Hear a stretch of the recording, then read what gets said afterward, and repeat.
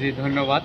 আপনারা জানেন যে আমাদের ভিক্ষুক পুনর্বাসন এবং বিকল্প কর্মসংস্থান একটি প্রকল্প রয়েছে। সেই প্রকল্পের আওতায় আমাদের উপজেলা সমাজসেবা অফিস এবং উপজেলা প্রশাসনের পক্ষ থেকে আমাদের এই ধামরাই উপজেলায় 5টি ভিক্ষুক যে পরিবার রয়েছে তাদেরকে আমরা ভ্রাম্যমাণ দোকান দেওয়া হচ্ছে।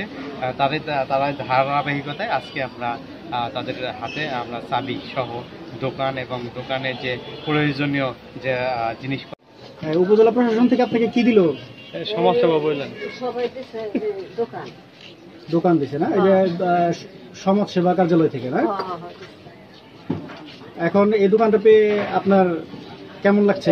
খুশি হয়েছে। এখন চালিয়ে পারবেন? এটা চালাইলে আপনার সংসারে চলতে পারবেন।